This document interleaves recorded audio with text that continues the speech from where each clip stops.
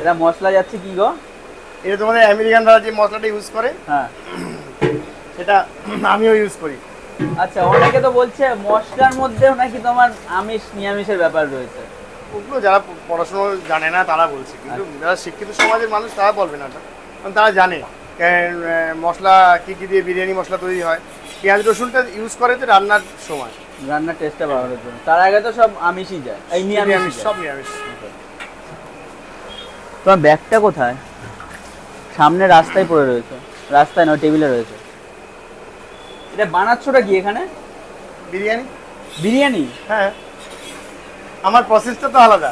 আচ্ছা। এই দেখো এখানে রাইস আছে। রাইস এদিকে হ্যাঁ। সেদ্ধ হচ্ছে কিন্তু। হ্যাঁ, রাইস এটা কমপ্লিট হয়ে গেছে, রাইসের মশলাগুলো বেরিয়ে গেছে, আচ্ছা। বয়েল হয়ে গেছে। কিন্তু আমি এইটা একটার পর একটা দেখি এই ঝোল ওই ঝোল দিয়েই যাচ্ছে, আমল দুধ যাচ্ছে। না, এটা দুধ দুধ যাবেন না, দুধটা পরে